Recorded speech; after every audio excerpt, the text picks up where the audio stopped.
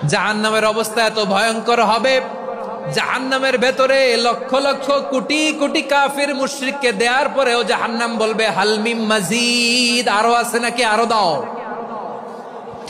কোটি কোটি কাফেরের দল, মুশরিকের দল, সীমা লঙ্ঘনকারী দল, তাদেরকে যখন জাহান্নামে ফেলা হবে, বড় বড় পাথর খণ্ড জাহান্নামে ফেলা হবে, তারপরও জাহান্নাম বলবে হাল মিন মাজিদ, আরো আছে নাকি, দাও, আরো দাও, আরো দাও। আমার ক্ষুধা নিবারণ হয় নাই। জাহান্নামে তো উত্তপ্ত হবে, জ্বলন্ত হবে, ভয়ঙ্কর হবে। জাহান্নামের এক অংশ আরেক অংশকে খেয়ে ফেলবে। আল্লাহু আকবার। ফেরেশতারাও টালমাটাল হয়ে যাবে। জাহান্নামের রক্ষী ফেরেশতারা কি করবে তারা নিজেরাও বুঝতে পারবে না। কোটি কোটি মুশরিক কাফেরদেরকে জাহান্নামে নিক্ষেপ করার পরেও জাহান্নাম ঠান্ডা হবে না, শান্ত হবে না, বলবে হাল মিন মাজিদ, আরো আছে নাকি, আরো দাও।